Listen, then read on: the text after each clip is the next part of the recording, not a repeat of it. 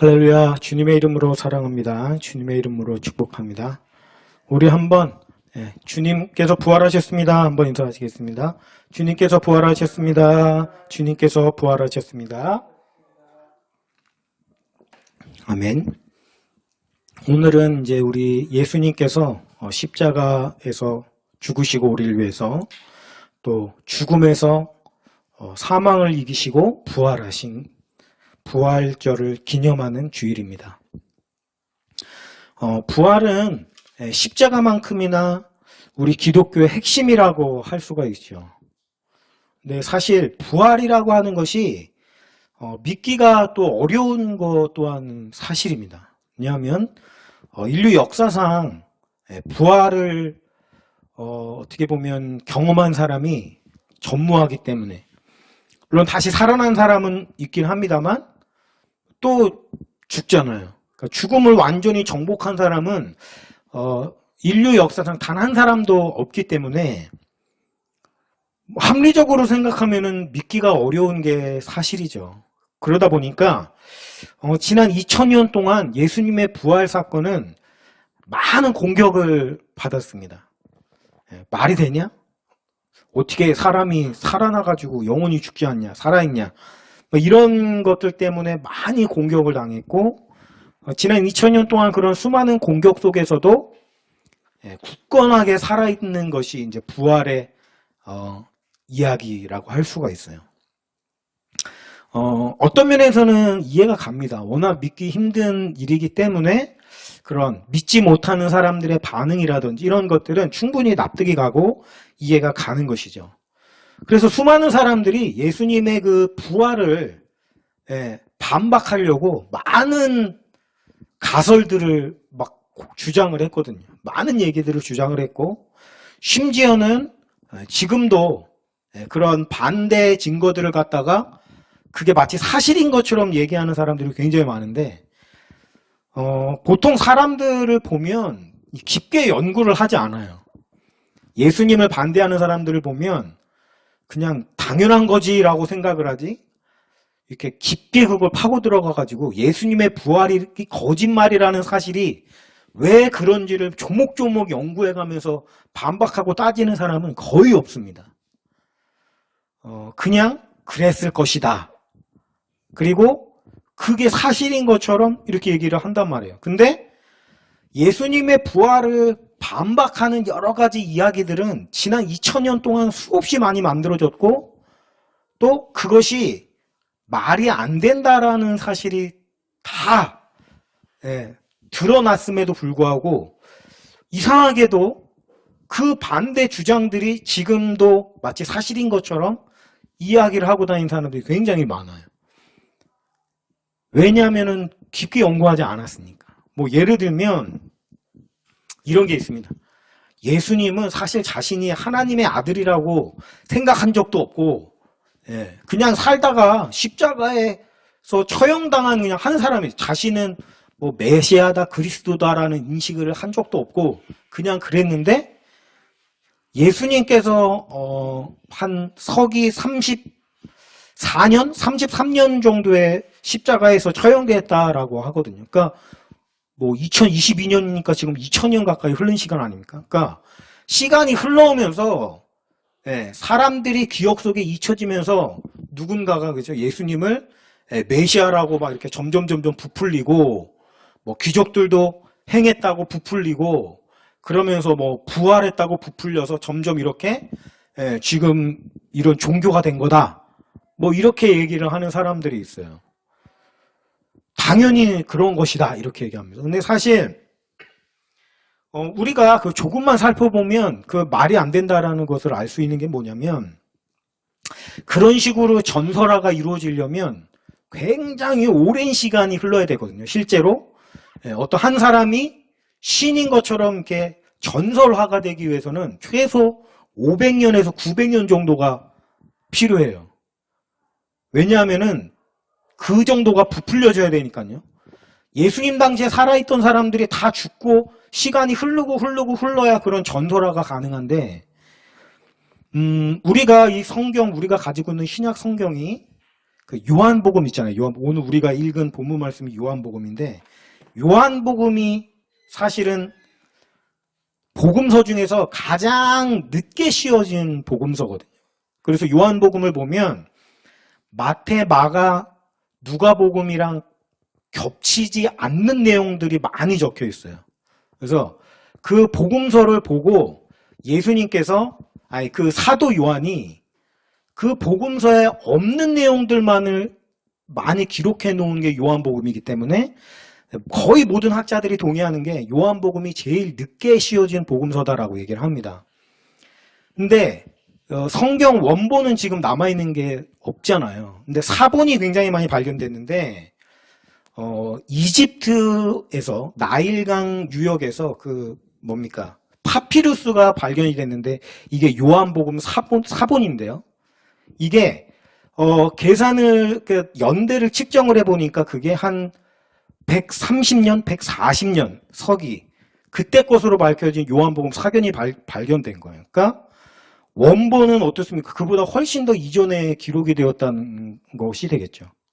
그러니까 적어도 서기 120년 정도에는 예수님이랑 멀리 떨어져 있는 이집트에서 요한복음 사본이 만들어지고 읽혔다라는 증거가 되는 거예요. 그러니까 사본이 그 정도에 돌아다녔으니까 요한복음 자체는 더 일찍 기록되었을 것이고, 요한복음이 사도 요한이 거의 죽기 전 나이가 아주 많을 때 90세 정도에 적혔다라는 것을 볼 때 서기 한 90년대에 적혔을 거라고 봅니다.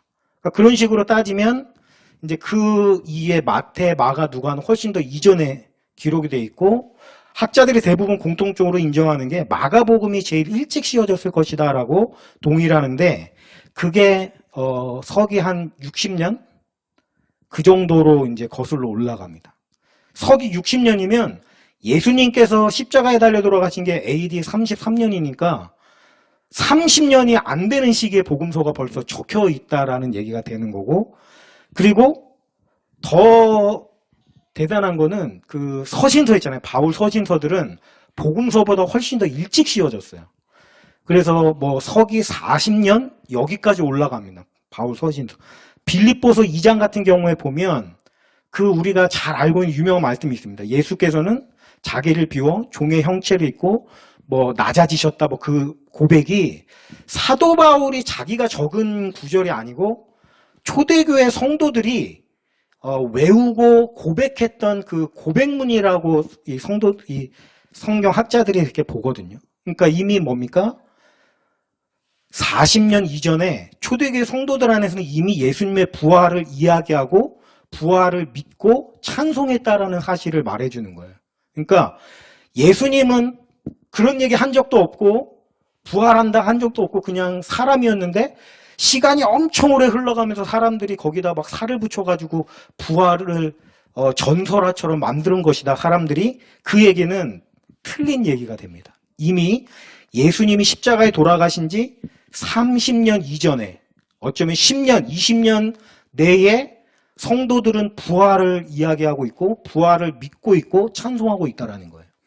물론 성도들이 부활을 믿었다고 해서 그 자체가 부활이 사실이다라는 것이 증명된 것은 물론 아닙니다. 근데 중요한 건 전설화가 됐다라는 사실은 거짓이다라는 거예요. 틀린 얘기가 됩니다. 또 어떤 사람들은 집단 최면이 일어난 거다 이렇게 주장을 하는 사람들이 있어요. 그래서 예수님의 부활을 목격한 사람들이 집단 최면에 걸린 거다.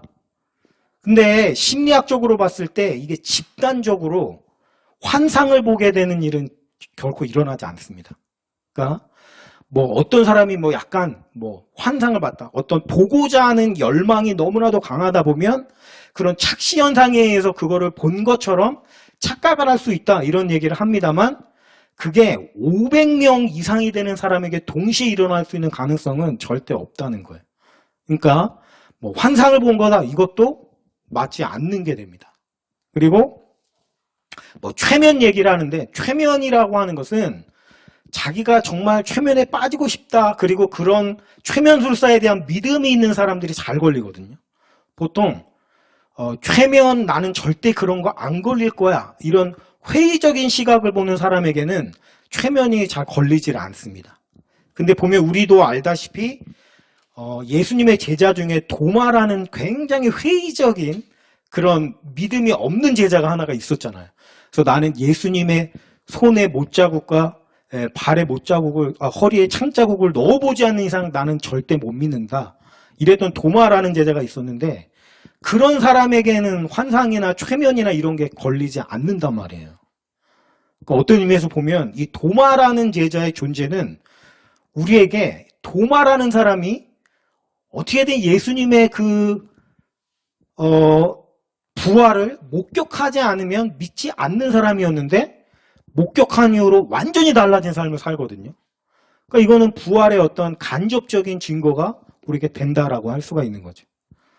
뭐 이 이후에도 뭐 여러 가지가 있습니다. 사람들이 증거하는 막 그러한 것들이 있습니다만 우리가 간과하지 말아야 될 게 뭐냐면 예수님 당시에 뭐 제자들은 예수님의 부활을 믿는다고 쳐도 예수님을 적대시하는 사람들이 굉장히 많았었거든요. 나사렛 예수를 믿는 도당이 이건 위험하다라고 생각이 든 사람들이 유대인 가운데 굉장히 많았잖아요. 그러니까 예수님의 부활이 거짓이었다면 그들이 훨씬 더 직접적인 반대 증거를 제시했을 거예요. 예를 들어서 예수님의 시체가 있었다면 예수의 시체가 여기 있는데 무슨 말도 안 되는 소리를 하고 있어. 이렇게 나오면 부활의 이야기는 살아남을 수가 없단 말이에요. 근데 예수님의 반대자들이 하는 주장들을 보면 예수님의 제자들이 시체로 훔쳐갔다. 뭐 이런 식으로 주장을 하거든요. 근데 실제로 예수님의 시체가 있었다라고 한다면 그런 식으로 반대 주장을 할 필요가 없단 말이에요. 분명히 그 무덤은 비어 있었고 예수의 시체가 없었기 때문에 어떻게 보면은 예수님의 제자들이 시신을 훔쳐가가지고 부활했다고 거짓말을 하는 거다라고 할 수밖에 없었다라는 겁니다. 반대자들이. 중요한 건 그날의 무덤은 분명히 비어 있었다라는 거죠. 그렇다라고 하면 제자들이 진짜 시신을 훔쳐가지고 감춘 게 아니냐 이렇게 생각할 수도 있습니다. 물론 그럴 가능성도 없지 않아 있을 수 있습니다만 한번 생각해 보십시오. 제자들이 예수님의 시체를 훔쳐가서 했다라고 한다면 제자들은 예수님이 부활하지 않았다는 걸 알고 있었을 거 아니에요. 그런데 이상하게도 이 제자들은 예수님의 부활을 보았다라고 주장하는 그 순간부터 갑자기 완전히 변해진 삶을 살게 돼요. 그때까지는 겁쟁이의 믿음도 없고 맨날 서로 자기가 큰 사람이라고 싸우고 막 이랬던 제자들이 갑자기 아무런 대가가 없이 예수님을 위해서 순교하고 엄청난 도덕심을 가지고 많은 사람들로부터 존경을 받을 만한 삶을 사는 것으로 완전히 180도가 달라져 버린다라는 거예요. 만약에 예수님의 부활이 사실이 아니라면 그걸 주장하는 사람들은 예수님의 제자들이 그렇게 바뀌게 된 이유가 무엇인가를 밝혀야 합니다. 근데 그것을 효과적으로 밝힐 수 있는 증거가 하나도 없어요. 그래서 실제로 어떤 사람은 그런 뭐 소설도 있습니다. 뭐 다빈치 코드 같은 소설 보면 예수님이 사실은 십자가에 달렸을 때 죽지 않고 어떻게 살아 내려와가지고 뭐 프랑스 쪽으로 가갖고 무슨 메로빙거 왕조의 뭐 그 조상이 됐다 뭐 이런 얘기를 하기도 하고 또 어떤 사람은 심지어는 예수님이 십자가에 죽지 않고 내려와서 인도 쪽으로 가가지고 부처의 제자가 됐다 뭐 이런 얘기를 하는 황당한 사람들도 있습니다만 그건 말 그대로 소설일 뿐이고 의학적으로 그 당시에 봤을 때 예수님이 십자가에서 살아 내려왔을 가능성은 제로에 가깝습니다. 절대 살아나올 수가 없어요.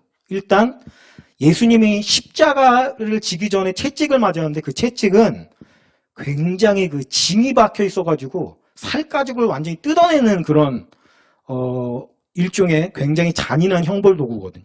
그리고 예수님이 십자가를 지면서 갈 때 이미 예수님은 탈진 상태에 빠졌는데 목이 마르다라고 하셨잖아요. 이게 뭐냐면 과다출혈을 이미 의미하는 거거든요. 과다출혈을 하게 되면 아주 심한 갈증을 느끼게 되어 있습니다. 그러니까 예수님은 이제 십자가에 달리시기 전에 이미 거의 과다출혈로 사망하기 직전 상태까지 오신 거예요.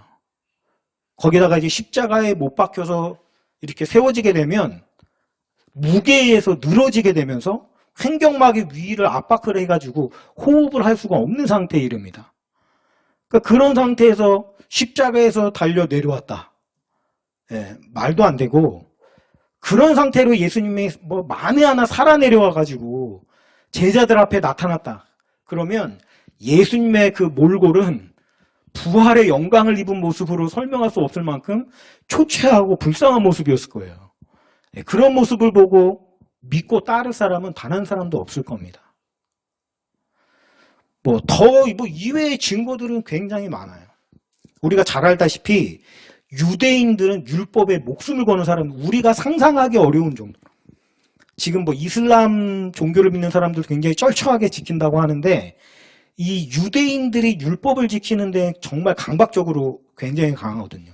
특히 안식일이라는 거를 지키는 데 있어서는 거의 목숨을 겁니다. 이 사람들이. 어느 정도냐면 이 예루살렘이라는 성이 해발 800m에 있는 산으로 둘러싸인 곳이기 때문에 정복을 한다라는 게 거의 힘들 정도로 극강의 요새거든요. 거기가.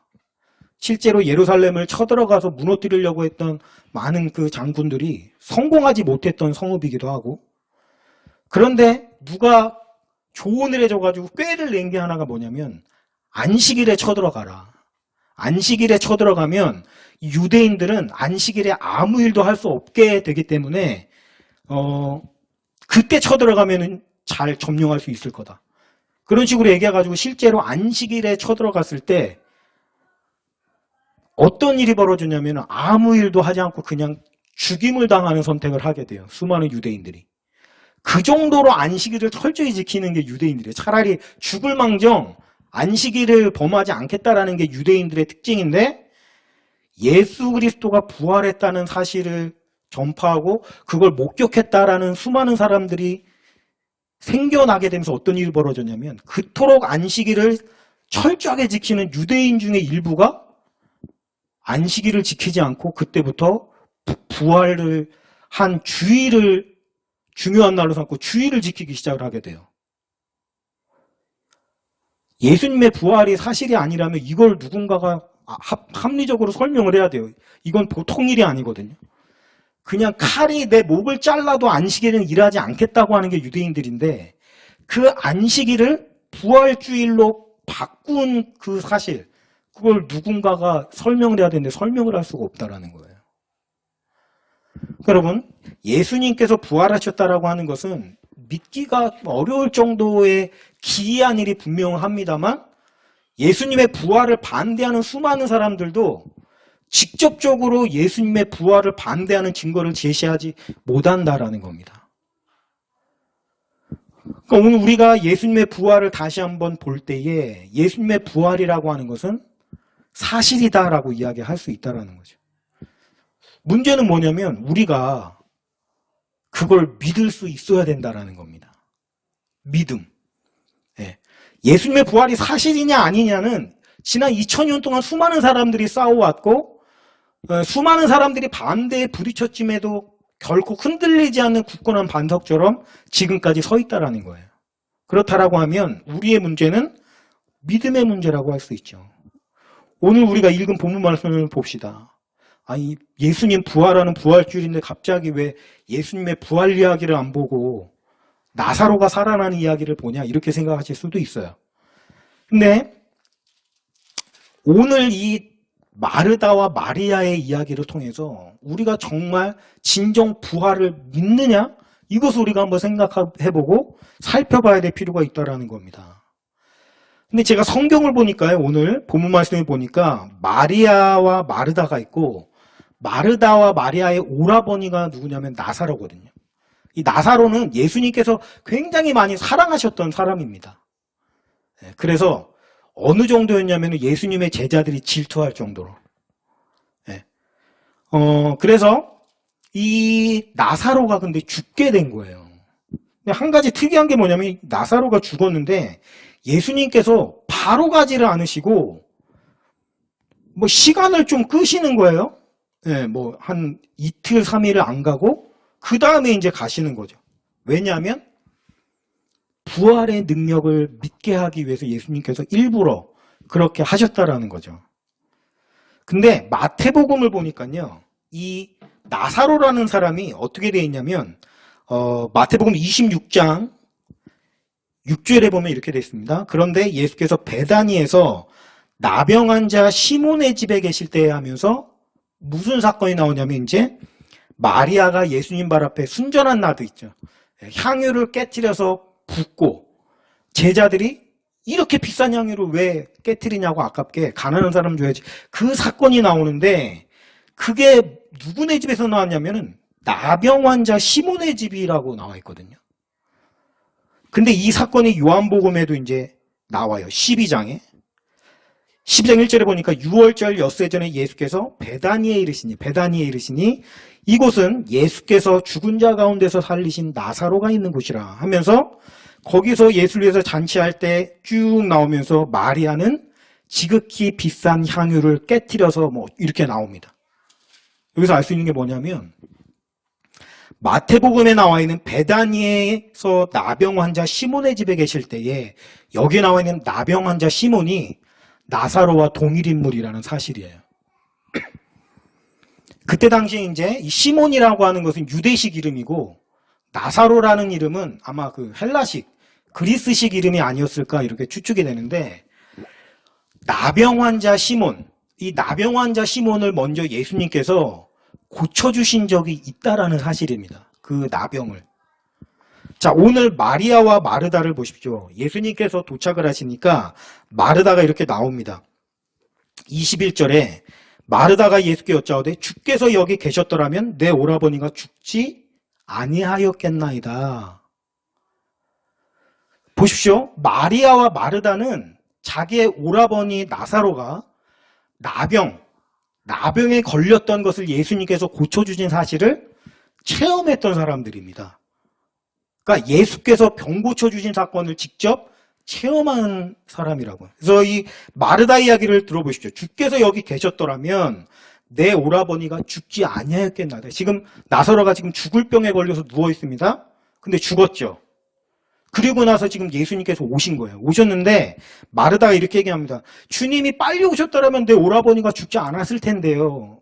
이 얘기는 뭐냐면 마르다가 체험을 했죠. 병 고치는 예수님을 체험을 했기 때문에 우리 오라버니가 살아있을 때 예수님이 오셨다면 예수님이 낫게 하셨을 텐데 라는 믿음이 있었다라는 걸 의미하는 거죠. 근데 뒤에 보면은 마리아도 똑같은 얘기를 합니다. 32절에 보니까 주께서 여기 계셨더라면 내 오라버니가 죽지 아니하였겠나이다. 마리아도 역시 마찬가지로 어떤 병이 걸려 있더라도 예수님께서 고쳐주시면 그 병이 낫는다라는 믿음을 가지고 있었어요. 왜죠? 자기들이 직접 눈앞에서 체험했으니까요. 나병이라고 하는 것은 그 당시에 고칠 수 없는 불치의 병이잖아요. 근데 그 병을 고쳐주신 거를 체험했단 말이에요. 그래서 이 마리아와 마르다에게는 믿음이 있었습니다. 예수님께서 오셨더라면 우리 오라버니가 죽지 않았을 텐데. 그렇죠? 믿음이 분명히 있어요. 그런데 오라버니가 죽고 나서는 뭡니까? 예수님께서 오셔도 살아날 수 없다는 믿음을 또한 갖고 있죠. 아이러니합니다. 병 고침에 대한 믿음은 분명히 있었어요. 그런데 죽은 사람을 살릴 수 있다는 믿음은 지금 없는 거예요. 이 말씀이 이 마르다와 마리아의 고백이 지금 그걸 의미하잖아요. 예수님이 여기 계셨더라면 우리 오빠가 죽기 전에 예수님이 오셨더라면 우리 오빠가 살 수 있었을 거 아니에요. 이 얘기는 뭐예요? 지금은 너무 늦어서 예수님이 오셔도 안 된다라는 걸 의미하는 거 아니에요. 우리가 마리아와 마르다의 믿음을 한번 정확하게 보자는 거예요. 그녀들은 어떤 질병에 걸려있던 예수님이 하고자 하시면 나을 수 있다는 믿음은 분명히 가지고 있습니다. 그런데 이미 죽어있는 오라버니는 예수님이 살릴 수 없을 것이다라고 또 믿었어요. 예수님이라면 살릴 수 있을 거야 이런 믿음이 없었다라는 거예요. 자, 이게 마르다와 마리아의 믿음이에요. 근데 17절에 보니까 이런 표현이 나옵니다. 예수께서 와서 보시니 나사로가 무덤에 있은 지 이미 나흘이라. 여기서 나흘이라는 것의 의미가 무엇인가 하면 이 이스라엘 사람들이 대부분 모든 사람들이 공통적으로 믿고 있는 사실이 하나가 있는데 뭐냐면 사람이 죽으면요. 사흘 동안은 그 영혼이 그 죽은 육신 안에 머물러 있다라는 믿음을 갖고 있어요. 이런 믿음이 어디서부터 어떻게 시작됐는지는 아무도 몰라요. 하여튼 유대인들은 사람이 죽으면 사흘 동안은 영혼이 그 시신에 머물러 있다라는 믿음을 가지고 있습니다. 그래서 죽은 지 3일 정도 되기까지는 아직까지 소생의 가능성이 있다라는 믿음을 가지고 있어요. 그런데 3일이 지나면 영혼이 이제 육신을 떠나서 영원히 가버리기 때문에 자, 사흘이 지나서 영혼이 떠나버리면 그 무슨 방법을 써도 절대 다시 살아날 수 없다라는 믿음을 갖고 있습니다. 유대인들은. 자, 그래서 보십시오. 예수님이 왜 일부러 늦게 가셨는가? 나흘이 되기까지 기다리셨던 거예요. 왜죠? 그 유대인들이 잘못된 믿음을 깨트려 주시기 위해서. 예수님께는 아무것도 제약이 될 것이 없다는 사실을 보여주기 위해서. 지금 이 시간까지 십자가에 달려 돌아가실 때까지 약 3년 동안 예수님께서 수많은 병자들을 고쳐주셨습니다. 많은 사람들이 예수의 소문을 들었고 예수님이 오시기만 하면 병이 낫는다는 사실을 다는 믿지 않았겠지만 많은 사람들이 직접 받고 믿었을 거라고요. 그런데 죽은 지 사흘이 지난 시체는 예수님이 오셔도 절대 살아날 수 없다라는 믿음을 유대인들이 갖고 있었어요. 그래서 예수님은 사흘이 지나기까지 기다렸다가 나흘 후에 오십니다. 왜요? 그 잘못된 믿음을 깨트려버리기 위해서. 마리아와 마르다. 주님, 빨리 오셔서 죽기 전에 고쳐주시지 그랬어요. 네, 이 아내는 뭡니까? 이미 나흘이 됐기 때문에 영혼이 떠나버려가지고 이제는 다시 살아날 수 있는 가능성이 전혀 없습니다. 이걸 깔고 있잖아요. 그래서 예수님이 한 게 뭡니까?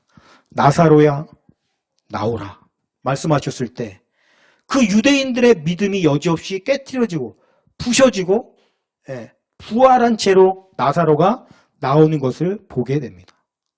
이 일로 인해서 성경은 수많은 유대인들이 예수님을 믿기 시작했다라고 이야기를 해요. 이게 얼마나 심했던지 그 예수님을 적대시하는 그 공의회들, 서기관들이 그 일로 위협을 받아서 예수님과 함께 나사로를 죽이려고 음모를 꾸밀 정도로. 그 죽었던 나사로가 시퍼렇게 살아서 돌아다니니까 그걸 보고 예수님 믿는 자들이 너무 많아지는 거예요. 그러니까 그를 죽여야만 될 정도로 위협이 될 정도로 그게 엄청난 사건이었다라는 겁니다. 오늘 우리가 예수님의 부활을 봅니다. 그죠? 예수님의 부활이 사실이다. 믿기 힘들지만 여러 정황적 증거들, 그때 당시에 수많은 반대자들의 모든 반대를 뚫고 사실로 서 있다. 뭐 여기까지는 나랑은 아무런 상관이 없는 거라고요. 중요한 건 내가 그걸 믿느냐라는 겁니다. 유대인들은 사흘이 지나면 영혼이 떠나서 절대 살아날 수 없다는 믿음을 가지고 있었는데 그 믿음의 출처는 어디에서 온 건지 알 수가 없고 누가 그런 믿음을 만들어내는지 누구도 알 수가 없어요. 그렇지만 예수님은 그거를 여지없이 깨트리시고 나사로를 부활시켜 주셨다는 겁니다. 오늘 저는 우리도 마찬가지라고 생각을 해요. 예수님의 부활, 예수님이 살아나셨어요. 그렇죠? 예수님이 살아나셨죠. 예수님 부활하셨죠.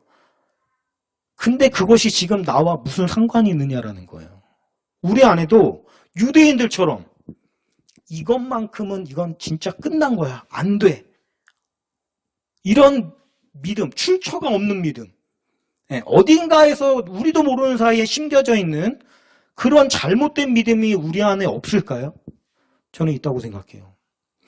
에스겔서 37장에 보면 마른 뼈 환상에 대한 이야기가 나옵니다. 그죠? 마른 뼈에 막 갑자기 심줄이 생기고 근육이 붙고 살가죽이 입혀지고. 그런데 그렇게 몸이 완전히 회복돼도 생명이 있습니까? 없습니까? 그렇게 완전히 회복돼도 생명이 없죠. 그러나 하나님께서 생명의 기운을 불어넣으실 때 어떤 일이 벌어집니까? 그 마른 뼈가 살아나서 수많은 군대가 되었던 것처럼.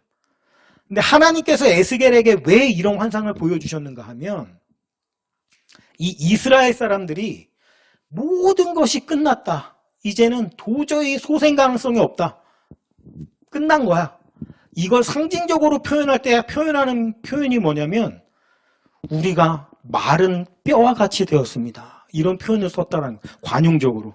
이거는 이제 완전히 끝장나가지고 더 이상 좋은 가능성이 남아있지 않다라는 걸 관용적으로 표현하는 겁니다.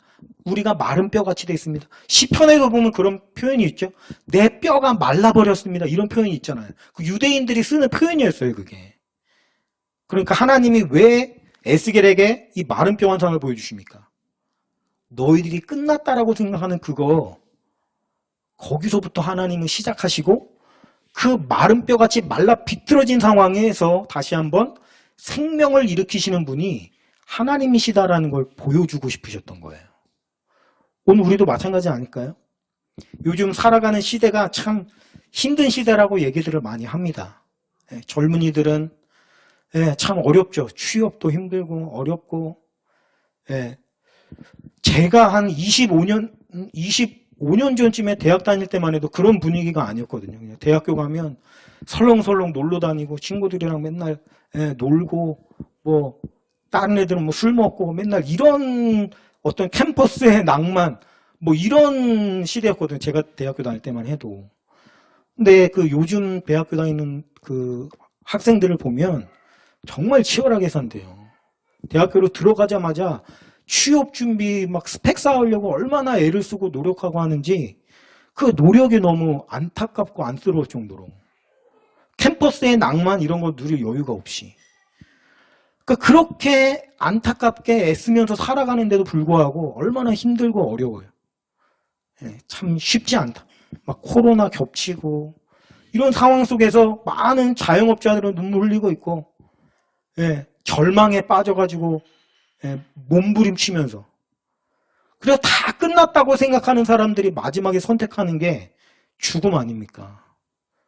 도저히 더는 뭐 살아갈 수 있는 가망성이 없다. 뭐 드라마를 보니까 그런 얘기 하더라고요. 지금 죽으려고 하는 저 사람들 그 사람들은 진짜는 정말 살고 싶은 사람들이라고. 근데 도저히 방법이 없으니까 그렇게 선택을 하는 거다. 뭐 이런 얘기를 하는데 공감이 많이 되는 거예요. 이 시대에 많은 아픔들이 있습니다. 질병의 고통, 경제적인 압박, 어떤 꿈을 잃어버린 낙심과 좌절과 절망 이런 죽음의 길들이 우리 안에 얼마나 많이 있습니까? 다 끝났다라고 생각하는 거. 죽음은 정말 다 끝났어. 이제는 더 이상의 소망이 남아있지 않아 라고 하는 바로 그 순간 오늘 주님께서 부활하심으로써 우리에게 말씀하시는 것이 무엇입니까? 끝이 아니라는 겁니다. 예수님께는 제한이 없다라는 겁니다.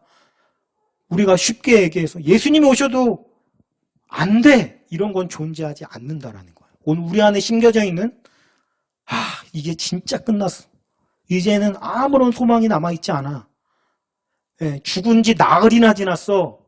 우리의 뼈가 완전 말라 비틀어졌어. 우리가 생각하는 그런 상황 속에서 하나님은 다시 일을 하신다라는 것을 우리에게 제시해주고 싶은 거예요. 우리의 이름을 불러주시면서 끝난 거 아니야. 끝이 아니야. 소망을 가져.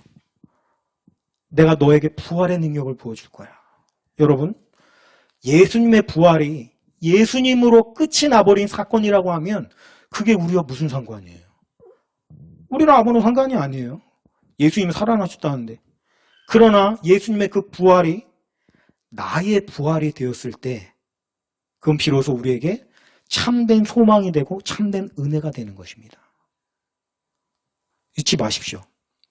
내가 끝났다라고 믿는 상황만 있는 거지 진짜로 끝난 상황이라는 것은 존재하지 않습니다. 여러분이 마른 뼈와 같다라고 생각하는 그 무엇, 여러분이 죽은 지 나흘이나 지났다라고 생각하는 그 무엇이 과연 무엇입니까? 오늘 주님께서 우리에게 원하시는 것은 내가 바로 네 안에 그거를 깨트려주고 싶다 말씀하시는 거예요. 오늘 우리가 곰곰이 묵상해 봤으면 좋겠습니다. 나에게 마른 뼈는 뭐지? 나에게 죽은 지 날이나 지났다라는 의미는 뭐지?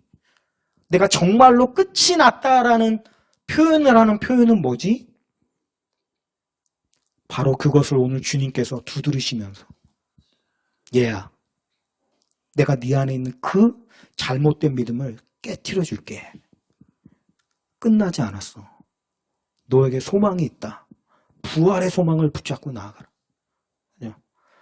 예수님께서 천국 이후 이 땅의 삶을 마감하고 이후의 삶을 위해서 부활하신 것도 분명히 맞지만 지금 우리가 살아가고 있는 이 삶을 위해서도 예수님께서 부활하신 게 맞습니다. 오늘 우리 안에 있는 불가능함을 깨트려 부시고 주님을 내가 믿기를 원합니다. 주님을 믿기를 원합니다. 여러분, 믿음이라는 게 얼마나 쉬우면서도 힘든 건지 아세요? 내 믿음이 내 마음대로 안 됩니다. 내가 믿고 싶다고 해서 믿어지는 게 아니에요. 내가 안 믿고 싶다고 해서 안 믿어지는 것도 아니에요. 우리가 겸손하게 주님 앞에 구할 수 있어야 돼요. 주님, 믿기를 원해요. 내가 믿어야지라고 결심하는 게 아니라 결심한다고 믿어지나요? 아닙니다. 겸손하게 엎드려서 믿음을 구해야 됩니다.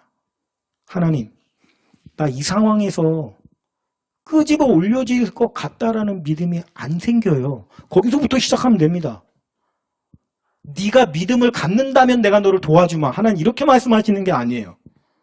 믿음 없는 그 상태, 믿음이 생기지 않는 게 그게 당연한 겁니다. 당연해요. 죽음을 이기고 부활했다라는 게 잘 안 믿어지는 게 당연한 겁니다. 그게. 그죠? 하나님이 우리의 그런 부족한 믿음을 내치시는 분이 아니란 말이에요. 그렇다라고 한다면 우리가 거기서 시작하면 됩니다. 안 믿어져요. 이걸 어떻게 믿어요? 근데 나 진짜 믿고 싶어요. 믿음을 주세요. 근데 이 상황에서 벗어날 수 있다는 믿음을 갖고 싶은데 도저히 어떻게 머리를 굴려서 생각을 해봐도 이게 답이 안 나와요. 그런 상황 속에서 믿음을 잃지 않을 수 있도록 나를 도와주세요. 예수님께서 성령을 보내주실 때 뭐라고 얘기하셨어요? 너희의 연약함을 도와주실 분이시다. 완벽하게 갖추고 왔을 때 내가 너를 도와줄게 이렇게 하신 게 아니라는 거예요. 지금 있는 모습 그대로. 믿어지지 않는, 의심이 자꾸 생겨? 자꾸 믿음이 잘 안 생기고, 그래, 그 모습 그대로 와. 내가 너를 도와주겠어. 너의 믿음을 완전하게 해주는 건 내가 해주는 거지, 네가 그걸 해가지고 나한테 와야 되는 게 아니야. 라고 주님께서 말씀하십니다. 오늘 보십시오.